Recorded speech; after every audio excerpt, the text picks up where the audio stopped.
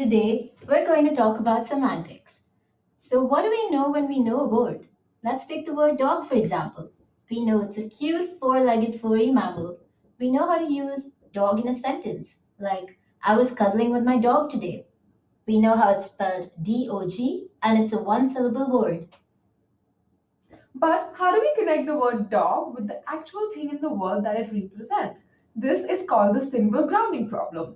There are two heavily debated theories that attempt to solve this problem: embodied representations and symbolic representations. So, what are embodied representations?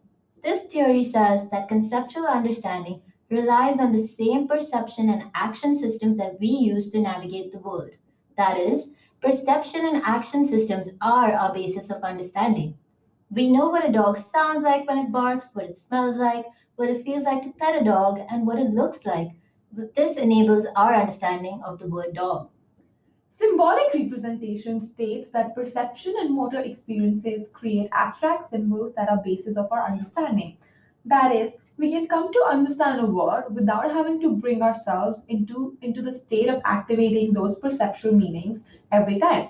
That is, to understand what a dog is, we don't always have to recall what it sounds like, or smells like, or looks like. We can just know what a dog is. So now let's weigh the evidence for both these theories. Evidence for embodied semantics can be seen in mirror neurons in monkeys. But first, what are mirror neurons? These are neurons that fire whenever a monkey sees and performs an action. These neurons are claimed to be the bridge between speech production and perception. Another piece of evidence can be seen through Palva-Mueller et al., where using TMS on motor areas of subjects, they concluded that stimulation of these areas led to faster processing of action words.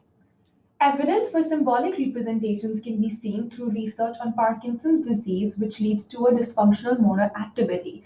This motor impairment didn't seem to affect understanding of related words.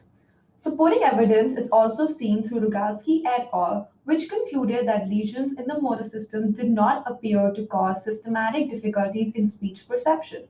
So now we know that the motor system does contribute to speech perception, but damage to the system doesn't necessarily hinder understanding of related words. The semantic abstraction theory helps to solve this problem, as it argues that there exists a brain hub that connects these multiple regions, tying meanings together for symbolic representation.